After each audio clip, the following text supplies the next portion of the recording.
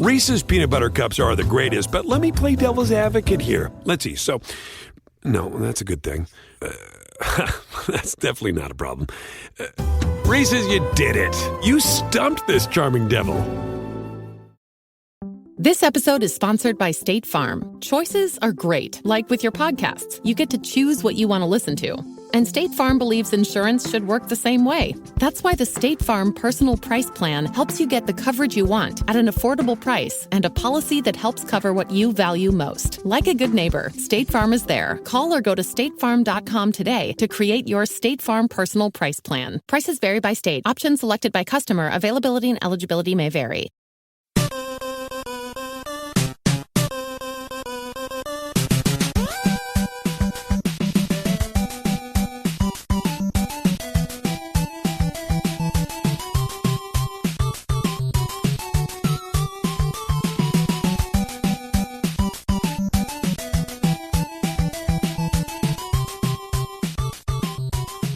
Welcome to the family here on Purple Mafia. I am your host, Paladino Joey, or Joey Awajan.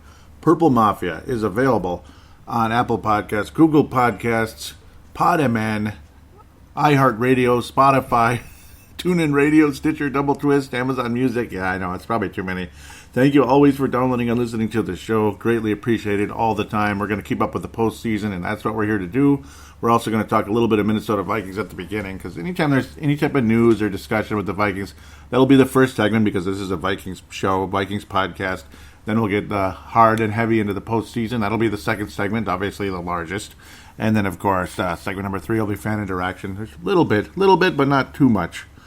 It's going to be the fun segment to interact with everybody, though, that's willing to talk to me. Without further ado, let's get into the Vikings news or conversation or something like that. Well, mostly the only major transaction or thing that took place was that Merwin Maloof, like the Maloof brothers, the former owners of the Sacramento Kings, he is no longer the special teams coordinator for the Minnesota Vikings, which I'm sure a lot of people are probably pleased with that. Also, the Minnesota Vikings opponents coming up in the 2021 season are now on display. The home games, of course, will be the regular, division rivals: Bears, Packers, Lions. Oh my! And then we get to host the Los Angeles Rams. Impressive win this weekend. Dallas Cowboys again. We play the Cowboys again. Wow. Steelers. Interesting matchup there. We'll see what happens. The Browns. Yep. So we get that division this year. The Steelers, the Browns, Seahawks again. Oh my God. Ugh, at least it's a home game, but we'll see how that goes. Away, Chicago Packers, Chicago Bears, Packers and Lions. Then we visit Arizona, Baltimore Ravens. Yikes. The Panthers again. Teddy Bridgewater. Cincinnati Bengals. Hope we don't lose that one. And then the San Francisco 49ers. Kind of cool. So with that said, again, nobody's super surprised with the departure of Merwin Maloof. Obviously, so many weird situations, so many mistakes. Situations like that and all that. So many strange situations. I mean, it was like special teams were a virtual disaster this season. So I don't think anybody's all too surprised. Some people thought maybe he'd be let go during the season, but it's like, no, not necessarily the case. It was basically, again, just kind of a disastrous season for special teams. You couldn't get a return. Dan Bailey was awful. I'm not sure what to say. I mean, the whole situation with kickers, I think it's more Mike Zimmer than anything else. I don't know what to say. Or just Vikings curse, Vikings bad luck, this or that. I mean, what is the reason? I have no idea. It's just, I don't know what's going on with the kickers. But, I mean, there was no return game. And, of course, lots of weird mistakes. And, I don't know, the fake punt, the lack of that fake punt that ended up being like a false start. I mean, how do you manage that? I don't know. I don't understand. But Merwin Maloof, pardon me, I don't know, I should be pronouncing it easier. He's actually Lebanese, and I'm half Lebanese, so that's kind of interesting right there. So that's kind of one sad thing. I guess you could say he's like a distant cousin in a way.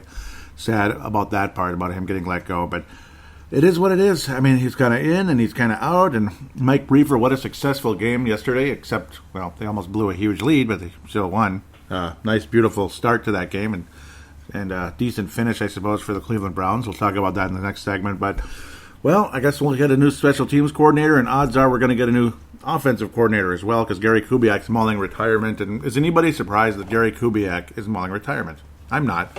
I was kind of surprised he was going to be the offensive coordinator, even though it's like, okay, yeah, it makes sense. Kevin Stefanski left and blah, blah, blah.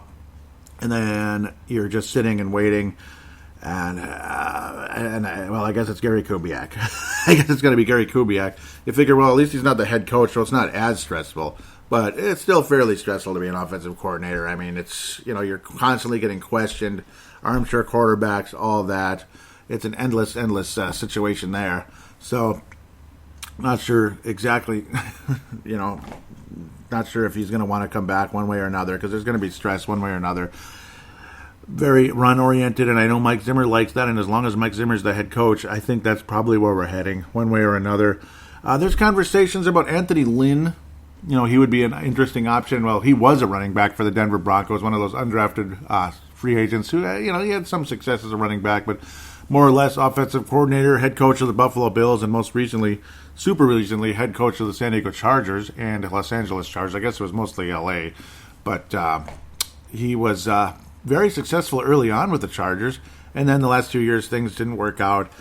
Very successful season a few years back, but unfortunately had to go on the road because they didn't win their division, and then ended up losing in the first round. That was a crying shame. They were 12-4, and they got beat in the first round. So unfortunately, minimal playoff success. That's just how it goes, though. Sometimes you got to win your division. Unfortunately, you get stuck with a tough team there. We'll see what happens. There were plans to retire this and that, and we'll get back to that again in the fan interaction segment. So that's the most of the Vikings news right now. Offensive coordinator and special teams coordinator are definitely floating around. With that said, obviously very important positions, and of course you got two defensive coordinators, of course, with Zimmer's son, and of course Andre Patterson, who's on Dan Barreiro every week. Though I'm not sure how much I like Dan Barreiro at this moment. At times, he drives me crazy when he gets political. So at the end of the day, that's pretty much it. Obviously, very important positions to be filled, and well, we'll see what happens. Is it going to be Anthony Lynn, somebody else? We'll get deeper and deeper into that conversation as it continues, as the rumors continues to kind of unfold, this and that, continue to kind of unfold. Clint Kubiak is an option, of course. A lot of people think he'll just get that, so it'll be just like a same old thing, almost like Mike Zimmer's son is one of the defensive coordinators. There's two, and which is weird. And then Gary Kubiak's got to be the offensive coordinator. They're all just one big happy family. Isn't that cute?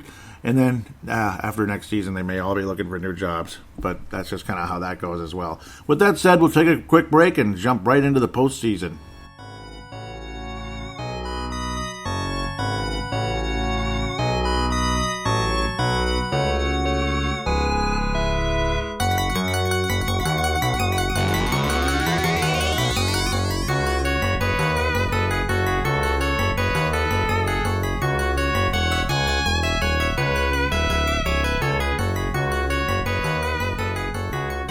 And we are back here on Purple Mafia, segment number 2, which is our feature presentation to talk about the postseason and all that good stuff. We're back for some wild card conversation and, of course, divisional round previews and all that.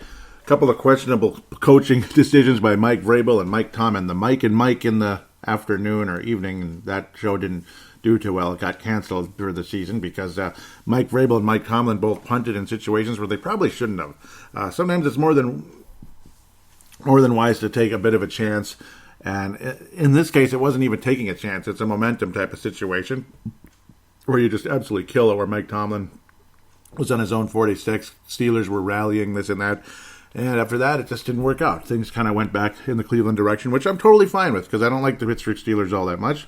Mike Vrabel, hey, I like Tennessee, I respect them and all that, I'm happy Baltimore won. I didn't like the attitude of Baltimore very much, but I'm sure impressed by their play. And I'm a general, you could say, fan of the team. I guess you could say that. Hell of a job.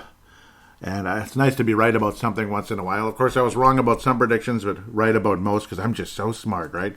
I'm just so smart. I'm the smartest guy in the room. Okay, I was right about Buffalo, wrong about Pittsburgh, which I'm totally fine with. Baltimore, I was correct. New Orleans, woohoo! I'm so happy I was right about that. Tampa Bay, yes, I was right about that, but Washington put in a pretty good effort, I'd have to say. And the Los Angeles Rams were probably the most impressive win of the weekend. You could argue that Cleveland was the most impressive. It was for a little while, but then the fact that they let Pittsburgh back in the game for a bit there, within striking distance at the very least, kind of messed things up a little bit. Let's try to do it in chronological order if humanly possible. The Buffalo Bills, took care of business against Indianapolis. Like I was saying before, it's a crying shame for the Indianapolis Colts. So, of course, when your division, 11-5 season. I mean, the Dolphins, as good as they were this year, which wasn't great, but good enough, they didn't make the playoffs. The AFC, much stronger than the NFC. NFC had an 8-8 club that didn't even look like anything close to resembling a playoff team in Chicago in the postseason. Even the 6th seed, or the 4th seed. Yeah, a 4th seed had a losing record. So, the NFC was just an absolute bust of a year for the National Football Conference. Oh, yeah. It's kind of funny. But this was a hell of a game, actually. Buffalo, it's like the whole time you're thinking, okay, they're the better team, generally speaking, but Indianapolis put up a hell of a fight throughout the entire game. Phillip Rivers, I thought, very, very solid. He controlled the ball. He didn't turn the ball over.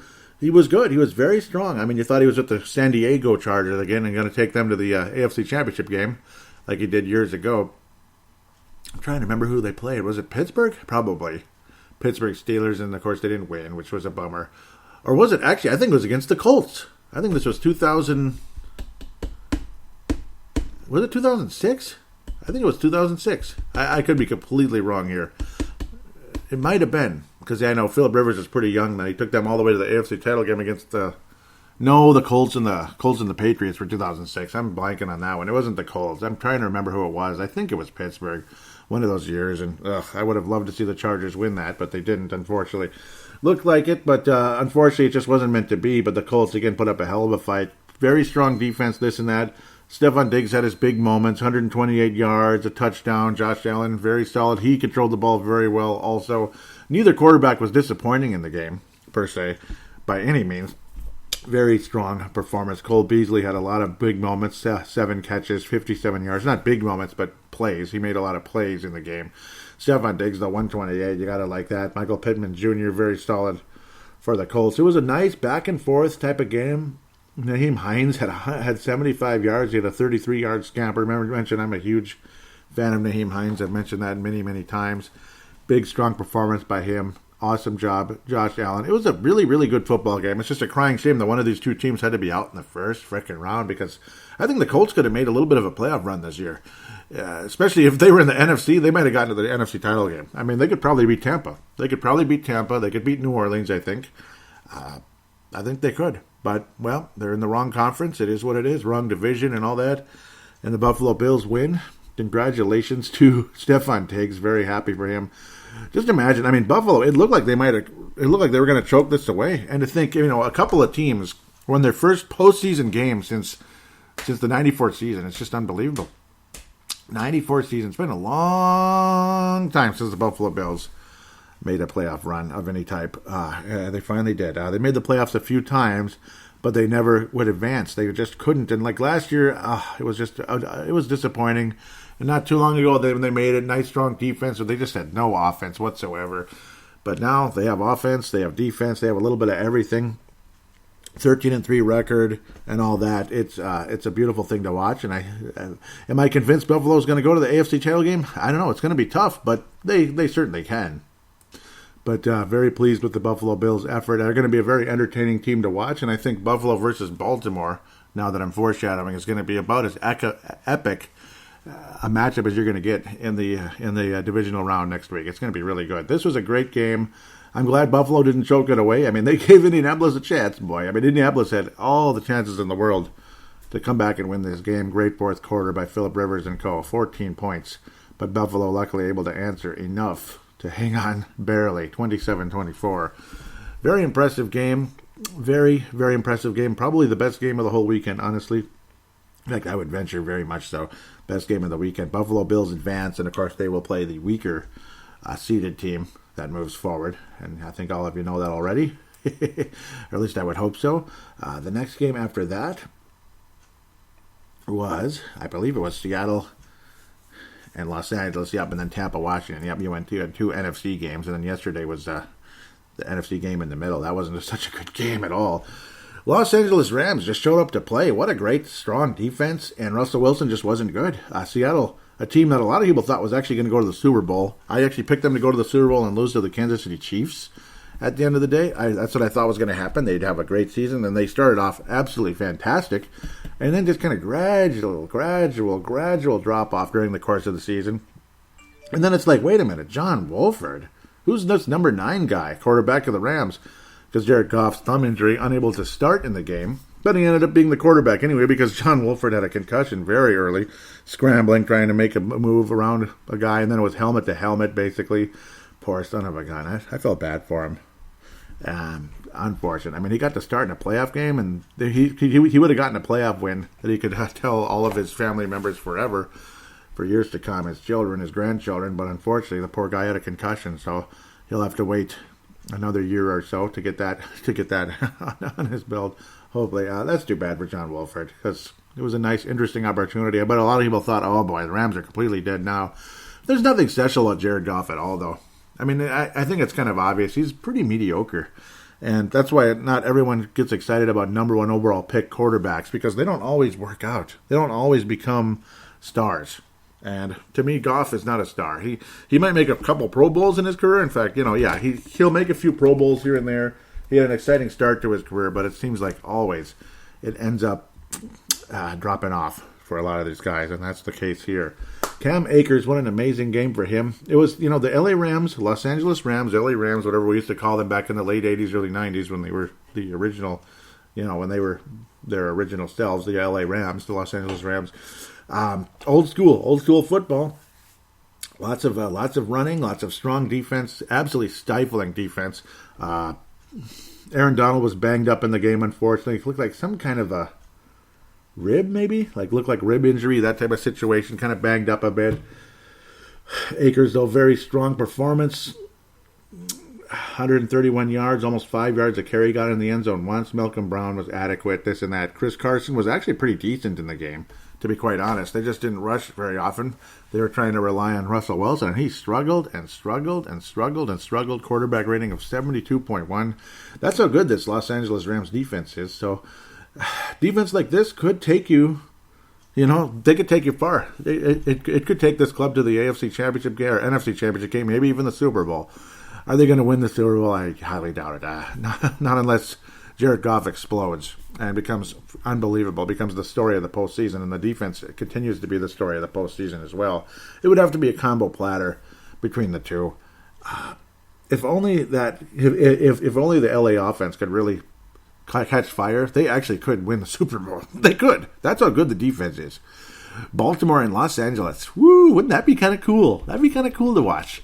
LA Rams versus the Kansas City Chiefs, which a lot of people wanted a couple years back. Remember that epic 100-point game a few years ago on, I forget if it was Monday or Sunday. I think it was Sunday Night Football. Epic battle back and forth between the two clubs. Patrick Mahomes, Jared Goff, and Goff looked like a future superstar at that stage. And remember how great that Rams team was against the Vikings. And there was an epic battle that year. John DeFilippo's offense, much more pass-oriented, versus, Sean McVay's Los Angeles Rams when they were epic, for lack of a better word, offensively. Very, very fun game. It was a Thursday night game, if I remember correctly. Just beautiful. Oh, those beautiful classic Rams uniforms in that old building. Oh, it was the most beautiful thing I ever saw. It was gorgeous. It was a fun game to watch. It just sucked that we lost in the end. Oh, man. Good memories, though, for me. It just sucks that we lost. Again, lots of good memories, good matchups with Seattle, and we always freaking lose those, too, which is ridiculous. But nice to see Russell Wilson actually struggle. I mean, he didn't play that great against us either. The Vikings defense was actually very strong against Seattle in that game, but we still didn't freaking win. It was just disappointing, man. Very, very disappointing, to say the least. Poor John Wolford. I mean, that's too bad. That was on that 2-yard rush. Just, pardon the noise there. Phil, you feel bad for a guy. Golden opportunity. Maybe he would have gotten a playoff win under his belt, beating Seattle. Can you imagine that? That'd be kind of cool. That would be kind of cool.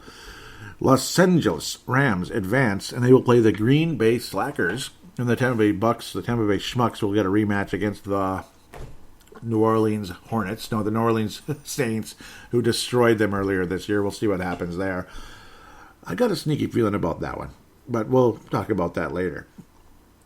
Nice. It was an okay game. Tampa Bay kind of messed around. I think they screwed around way too much. And Washington's defense, obviously very good. Ron Rivera is good at what he does.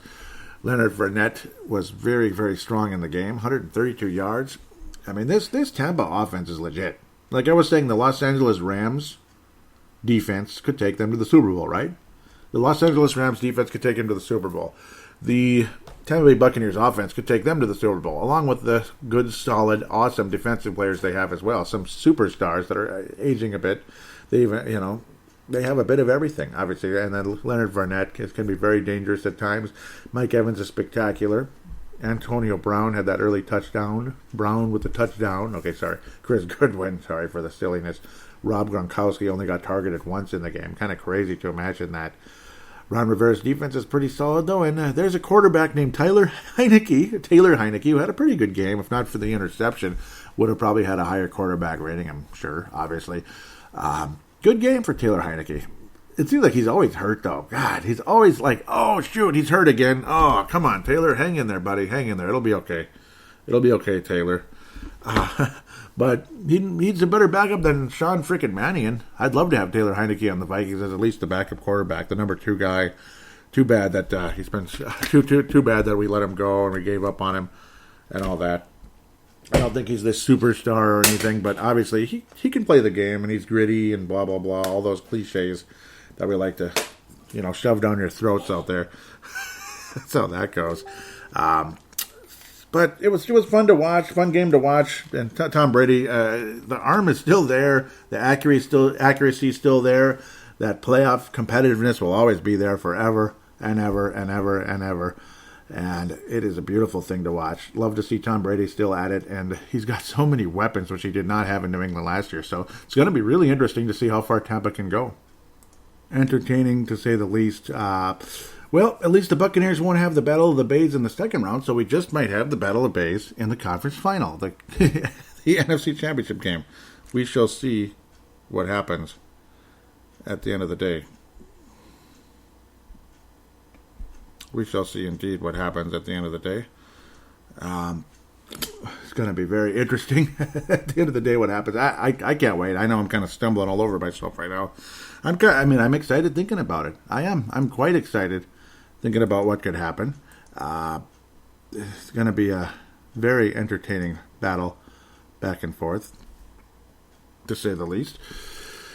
Sorry, distracted looking at some other stuff and seeing plays happen in the background. So many different back and forth things. But it was a fun late game. Again, you could kind of tell who was going to win most of the way, but at least they made it somewhat interesting, them being the Washington Redskins. So we'll see what happens there.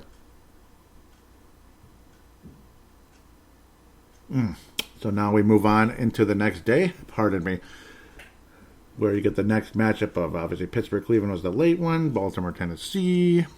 New Orleans-Chicago. So, yes, Baltimore-Tennessee, a bit of an interesting back and forth as well. Great football game. This is just a classic matchup, isn't it? It always is.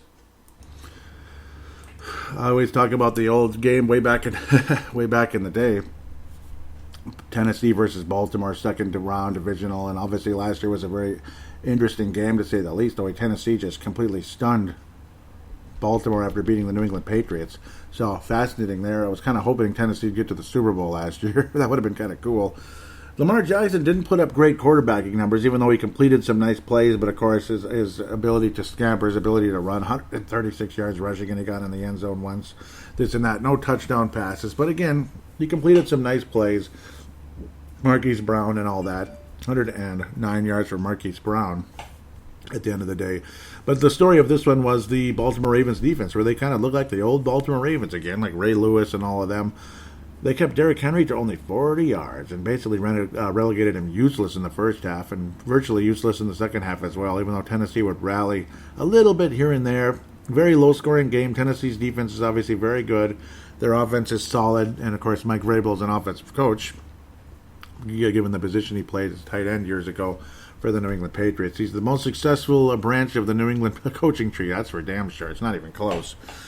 Great job, Mike Vrabel, the last couple of years since joining Tennessee. Obviously, lots of sacks in this game going both ways, at least for the most part. I guess Baltimore only had one sack, but they stifled Henry and all that. Malcolm Butler, the former Patriot, he was obviously a factor. Several sacks on Jackson, which is hard to believe. 5 sacks by the Tennessee defense. Obviously more of a defensive black and blue style, but Baltimore won the day out. They were the stronger defensive team at the end of the day. So we'll see what happens with that. Very, very interesting to say the least. Very, very interesting, no doubt about that. So, generally speaking, again, impressive win by Baltimore. I did get this one correct, believe it or not. I did something right. I thought Baltimore was going to go to the Super Bowl last year. Maybe they will this year. This is going to be a very interesting matchup moving forward with Baltimore going into next week with the Buffalo Bills. Fascinating matchup with those two next week. I'm really looking forward to that one, to be quite honest. Baltimore, Tennessee will continue to move forward here if humanly possible. Then you had Chicago and New Orleans. Holy cow. I mean, just nothing to talk about here. Just garbage. Chicago's offense is just dead. I don't know what to say. Honestly. Somehow, some way, Mitch Trubisky actually had fairly reasonable stats, if you want to get into the statistics and all that. They moved the ball around, this and that, but they never got anywhere. They never got anything done. It's just like one drive after another got stalled. And, of course, this Saints defense is so cocky. And yeah, I mean, they all are. The whole team is like, they're just reek of cockiness. I mean, they have the identity of their coach. There's no question about that. Only one sack officially by Sheldon Rankins. Chicago Bears only got to breeze once as well. Tayshaun Gibson Sr. Senior, that's funny, with the sack in there and a pass deflection and all that. They just couldn't get a whole lot going, the Chicago team. Keeping the Saints to 21 is fairly impressive, though, considering how dangerous their offense can be and what they did to the Minnesota Vikings a few weeks back. Merry Christmas, Minnesota. That was disgusting. But only 9 points against the Saints. I mean, you'd think they could muster something. Chicago could get nothing going. Nothing. It's a miracle they even had 9 points in the game, actually. They did what they could, did Chicago. And at the end of the day, it didn't mean a whole lot. And what's going to happen with Matt Nagy? I don't know. But the offense is just not working in Chicago. Trubisky's better than Nick Foles was earlier in the year and anybody else at the moment. But Trubisky obviously is not a quarterback of the future for anybody, even though he was supposed to be. What was he taking? Number 2 overall, and the Bears traded up for him. And finally, a franchise quarterback for Chicago. Let's go. First time since the 30s or something like that, back when they had leather helmets. No, he's not a franchise quarterback. Still the best quarterback for the Bears in like somewhat modern recent history is Jim McMahon, and he was good, and the Bears defense was legendary, absolutely legendary, and they had the best running back of all time as well, or second or third best, whatever you want to say about Walter Sweetness. Whatever happens there, we shall find out. No question about that. It's going to be super fascinating to see what happens there at the end of the day. It's really going to be, it's going to be something. We'll see what happens. Jared Cook, these guys. I don't know what's going to happen at the end of the day, but I don't have a whole lot of faith in the Saints team either, even though they had their big moments here and there. And Michael Thomas actually scored his first touchdown of the season, which is kind of crazy because of like injury and all that. Crazy situation there, but the Saints 21-9. Again, what more can you say? There isn't a whole lot. Pittsburgh and Cleveland was the most interesting game of the weekend, that's for sure. 28-0 Cleveland in the first quarter. It's like if you just were relaxing, you're kind of late to the game, thinking, Cleveland's probably going to be down like 14-0 or something, and it's 28-0 Cleveland, and it's like, okay, that's pretty freaking cool. That's what happens though. There was a fumble 6. You had that type of moment. And then the Browns, just 5 minutes later, are able to complete another solid drive. Landry stumbling into the end zone. Great play there. Kareem Hunt, who will go against his former team, the team that got mad and let him go, obviously, with the off-the-field incident. Kareem Hunt, multiple touchdowns in this game. Absolutely cool for him. Couple touchdowns. Didn't have huge numbers, but, of course, got in the end zone twice, so that's good enough. Only 8 rushes, 2 of them touchdowns. Pretty cool stuff. Nick Chubb, very solid. Obviously one of the better fourth quarter running backs in the NFL. Baker Mayfield, very, very strong game. Didn't turn the ball over, didn't lose it, this and that. Just didn't have the best game of his life. Ben Roethlisberger had a pretty phenomenal statistic. Well, multiple phenomenal statistics. 501 yards. Again, because the Cleveland Browns kept letting them back in the game. 4 touchdowns and 4 interceptions. Absolutely crazy. And, of course, there was the fumble 6 as well. That did not help the Steelers' cause early on. It's just stuff like that. Like you open up a game with a fumble 6. It's like, holy cow, that's pretty wild. But, well, that's how that goes sometimes. That's how it goes. Minnesota, we can relate with the 2000 NFC Championship game. And we'll see what happens there. We shall see what happens. We shall see. They're 48-37 though. Pittsburgh unable to come back and win the game, and of course, again, a momentum-killing moment when Mike Tomlin elected to punt from their own 46 on 4th and 1. They should have kept going for it, but that's okay. I'm glad Cleveland won. 11-5 season, that can keep moving. Third place, 11-5 season, 7th seed. So in a normal year, no, sixth seed, pardon me. In a normal year, Indianapolis would have missed the playoffs. Isn't that just crazy? So Cleveland would have been in, but Indianapolis would have missed. And this would have still been the matchup. Buffalo would have just been waiting for someone else. There would have been no Indianapolis in a normal year. That's how that goes. It's going to be super fascinating at the end of the day how things go with Cleveland. 48 points, though. They managed to just keep running up the score in that fourth quarter because they had to. They had no choice with Pittsburgh just absolutely closing in on them, but unable to close the deal with Pittsburgh. And you got to see Roethlisberger tearing up on the bench. Interesting. Maybe it's his last game ever. It could very well be, and we'll see what happens at the end of the day. It's going to be, we'll just have to wait and see how things go with Ben Roethlisberger. Is he going to retire? Because obviously Pittsburgh was undefeated for so long. They were what were they? 11-0, right? They were 11-0, and they finished the season 12-4. You could kind of feel that Pittsburgh was going to lose early. Maybe they'd get past Cleveland and get crushed in the second round by Buffalo or something like that, which would have probably happened. Probably. But now Pittsburgh's out, so you got a completely different setup in the AFC and the NFC and all that with the LA Rams defeating Seattle. That kind of changes things, obviously. Cleveland and Kansas City, Green Bay, Los Angeles Rams, Baltimore versus Buffalo, and Tampa versus New Orleans. So where do we go first? I guess let's just go to the AFC here. Kansas City and Cleveland. Obviously, fascinating matchup. Cleveland finally won a playoff game. It's the first time in the history of the new franchise.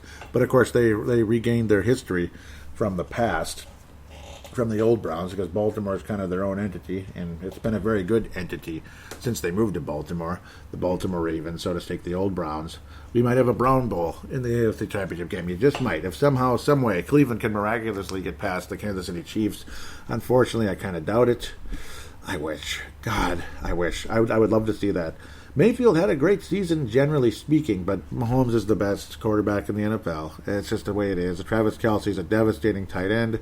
Jarvis Landry, he's nice numbers and everything, but only 3 touchdowns. Nick Chubb, dangerous running back. What's going to happen there? Obviously, the running game of Cleveland is better. The passing game of Kansas City is better.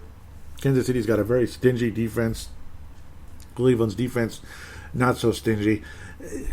God, it's a very talented 11-5 Cleveland team. They could have been 12-4 easily this year, maybe even 13-3, if they were a little more consistent and not as crazy and wacky and had some terrible games during the course of the season. It's a weird team, but when they're on their game, Cleveland can be absolutely great. I would be thrilled to see Cleveland with a nice big lead in that first quarter, but again, watch out, because I don't know if you could sustain Patrick Mahomes, the freight train of Patrick Mahomes rolling through, because that could be a very dangerous situation for the Kansas City Chiefs coming through. We'll see what happens. We'll see what happens. I don't know. Patrick Mahomes. I think the Chiefs are going to win the game, unfortunately. I'm saying go Browns. I'm cheering for them 100% in this game, but, it's just, at the moment, I got to pick the Kansas City Chiefs. I just have to, unfortunately, in this game. Have to pick the Chiefs to defeat the Browns. I'm looking for a final score of something. It's going to be high scoring. I mean, who knows? Maybe it'll go the opposite direction, but I got to think it's going to be very high scoring with the Kansas City Chiefs defeating the Cleveland Browns, something along the likes of like 41-37, something crazy. They're going to score a lot of points, 44-37, 44-38, something weird like that. But it's going to be an upper 30s to mid 40 type of game for each team. And the Kansas City Chiefs beat the Browns in an epic game. But maybe Cleveland only wins it by 28. But Kansas City's probably going to score a lot of points against this club, unfortunately. This one is at 2:05 Central Standard on CBS on Sunday. So actually, this is kind of a later one, later in compared to others, unfortunately. But there's no real conversation as to what times these are on all of them. Saturday, Green Bay and Los Angeles Rams. This is probably the opener of the divisional round. Packers versus Rams. Very interesting matchup. Very interesting matchup. Can they do the same thing? Can them being the LA Rams do the same thing to Aaron Rodgers that they did to Russell Wilson? Because, I mean, if you can stymie Russell Wilson the way they did, it's pretty impressive. Rodgers can get beat, obviously, but he's been an MVP this year. He's been absolutely spectacular. Green Bay and Lambeau Field is dangerous. The Rams are what they are. They can be very dangerous. Can they do it again? I mean, they're 10-6 for a reason. They're not a 13-3 team like Green Bay. There's a reason why Green Bay won 3 more games than the LA Rams. So, consistency. That's what it's really all about. Obviously, Green Bay got crushed by the Vikings, but it's a divisional game. Miami used to beat the Patriots when Miami wasn't that good. You remember? And the Patriots were like 14-2. Like one of those losses might have been to the Miami Dolphins. That's how that goes. Rodgers, gosh, it's like you don't even realize it. 48 touchdowns this year. Absolutely crazy. That's what they did. I swear, that was their secret plan. They wanted to light a fire under Aaron Rodgers. Like, hey, he'd been struggling the last few years. He was really struggling, and then all of a sudden, now that they got the rookie quarterback brought in, who's going to be the future, 48 touchdowns. I mean, he's Patrick Mahomes right now.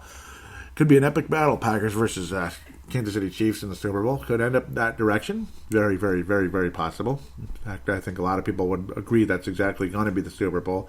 I do believe the Packers will beat the LA Rams. A lower scoring kind of game, but Rodgers will win out in the end. He'll be clutch. He'll be good. I'd love to see the LA Rams win the game for obvious reasons, but unfortunately I don't think they will.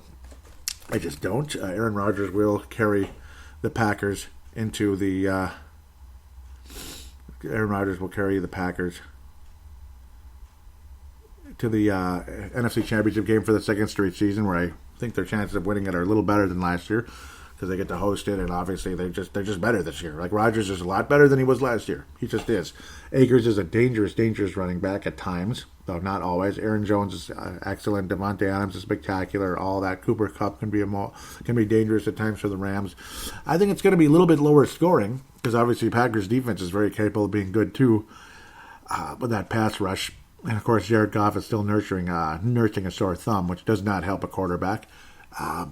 Packers end up winning the game, something along the likes of, they're going to still score points, just not as many as like maybe against other teams. They're going to still wind up with like 31. It's going to be like 31-21, something like that, or maybe more like 27-17.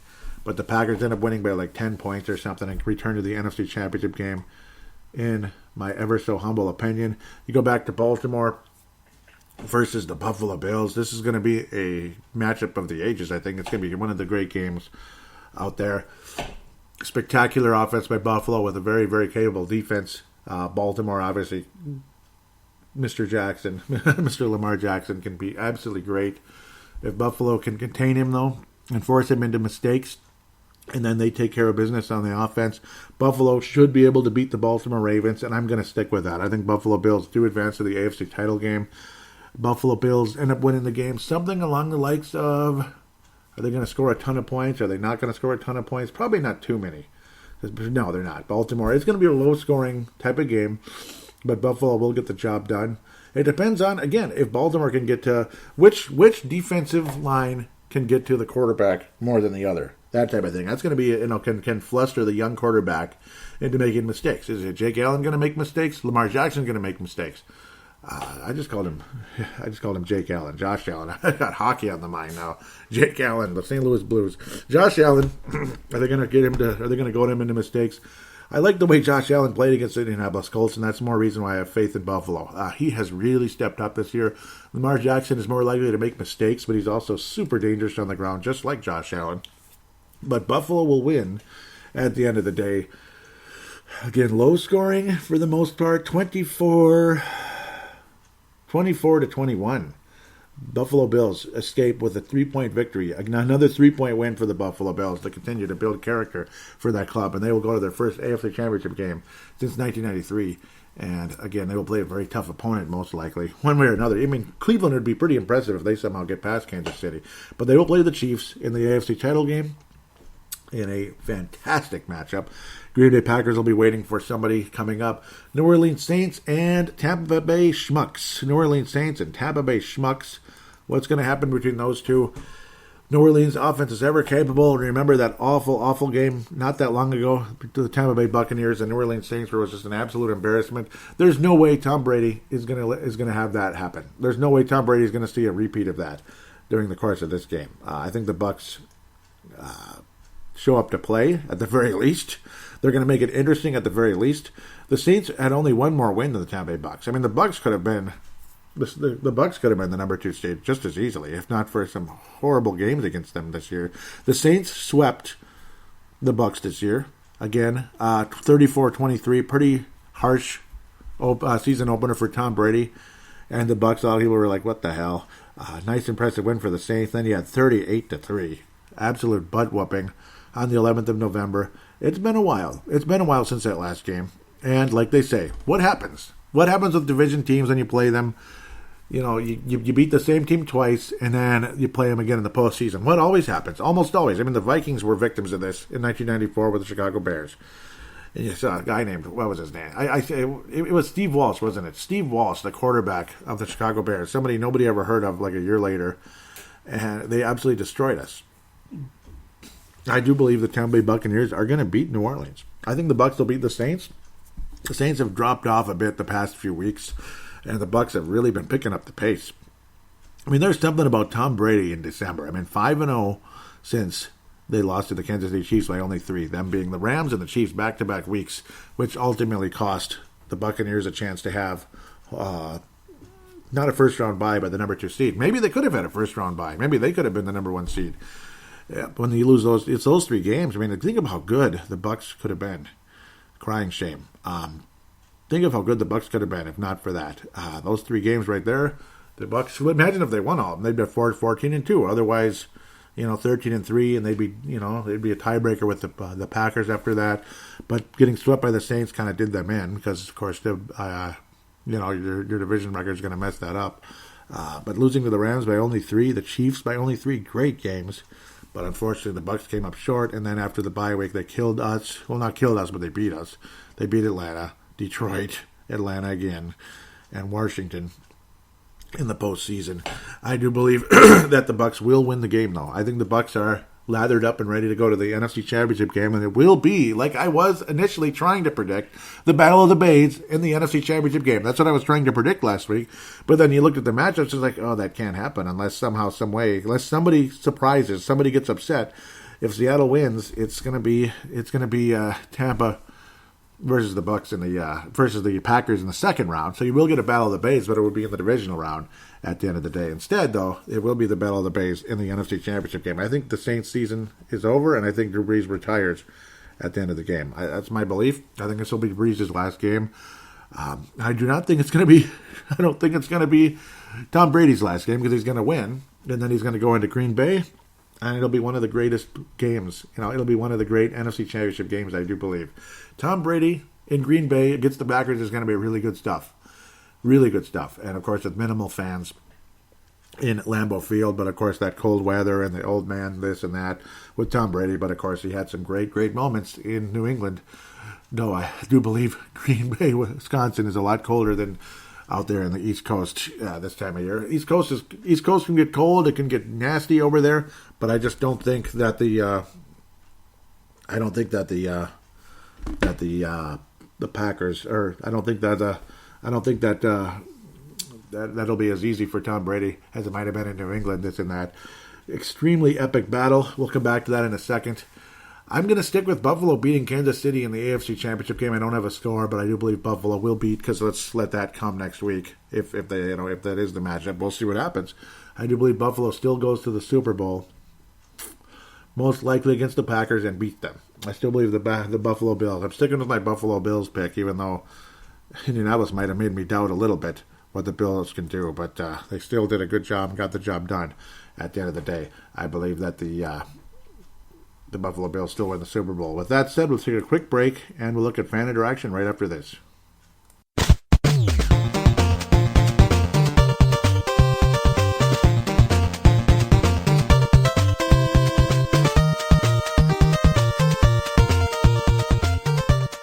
And we are back here on Purple Mafia, segment number 3, fan interaction segment, most likely to be a lot shorter than most of the fan interaction segments during the regular season. Not a ton of news, but I guess there's a little conversation on Facebook. I don't think there's a whole lot on Twitter, but the Twitter account, at Purple Mafia Show, at Purple Mafia Show. I don't think I have anything from anyone on Twitter. We'll see. Though I do have the retweets, though. Mad Martin, thank you so much. Out of Northern Scotland. Vince Germano out of Australia. Malcolm McSween out of California. And Tene Brown out of New Zealand, all retweeting the most recent episode. 335, 7, and 9. So apparently, because I wasn't keeping track, and I need to be better about this, especially for the next milestone, the 900th episode of my career, per se, with all the different podcasts I've been doing, was probably like a month or two ago, November or October, something like that. So I missed that milestone, which is kind of goofy and annoying. But so we obviously know what the next milestone is, 1,000. I better keep track of that one. I believe this is the 917th episode of my career, with Purple Mafia, Timberwolves Explosion, Brave the Wild, Freedom of Thought, Showtime and T-Wolves, and, of course, paladinolive back at the beginning. 22 episodes of that one before it split off into these 3 different podcasts. Vikings, of course, was the earliest one. It was like, no more Vikings on Purple Mafia. Black Space Gaming was saying noon start, be there. But unfortunately, with my schedule, there's no way I could do that. So my apologies there. Tommy Kramer with some interesting tweets back and forth. And Mad Martin, this is basically just a general tweet from him. It wasn't to me, but I'll read it anyway because it's cool. He says, enjoying the first wildcard game, hoping to see Diggs put up some big numbers in the second half, and of course, the Leslie Frazier D we Vikings all remember. Bend, but don't break. Nice distraction from everything going on this week. For sure, and nice tweet there from Mad Martin, Dave Martin, Northern Scotland, and I don't think there's any other direct tweets, so that's okay. At Purple Mafia Show. Facebook's got a little bit more activity going on, partially because of the news and different conversations going on there. Mostly the Kubiak one. The most recent episode, no comments. Facebook.com/Purple Mafia Show. Facebook.com/Purple Mafia Show. Then there was the schedule, which isn't actually scheduled yet, but the opponents coming up, shared from Courtney Cronin, ESPN staff writer, of course, for the Vikings locally, but ESPN. No comments on that thread for some reason. Gary Kubiak plans to retire as Vikings offensive coordinator, Pro Football Talk. There were comments on this one. And there's a Malcolm comment as well. We'll get to that. We'll wrap up the show with that one. Pretty cool. Let's see. Okay, so Brett McCarthy says, need a young, aggressive play caller, too much talent, offensive weapons sitting there. He was replied to from Mike Dale. He says, absolutely, so true. However, what I'm worried about is how much of it is Mike Zimmer stifling the constant carousel of offensive coordinators Shermer, DeFilippo, Stefanski, Kubiak, etc. by putting heavy reins on them and forcing them into handling the quarterback with kid gloves and enforcing them to call running plays 60% of the time. Any prospective offensive coordinator would seriously question taking the Vikings' open position.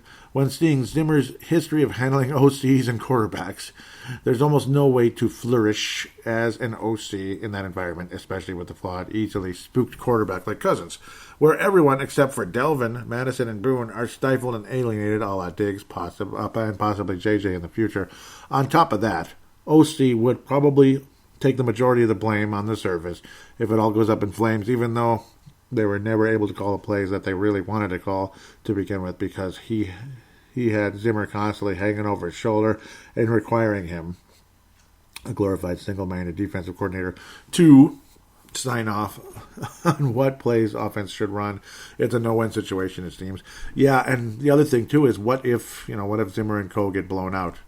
That's the other thing. So that's where it could get very interesting. Good thoughts. Thank you so much, Mr. Mike Dale. Patrick Grant says if he's having issues again, might be for the best. Yep, that'd be him being Gary Kubiak. Mark Carlson, Iowa, says the winds have changed. Gavin Pravasek says good. Gerald String says, should have kept Stefanski and shipped out Zimmer. We always get rid of the wrong ones, i.e. Mike Tomlin, Brian Billick, Tony Dungy.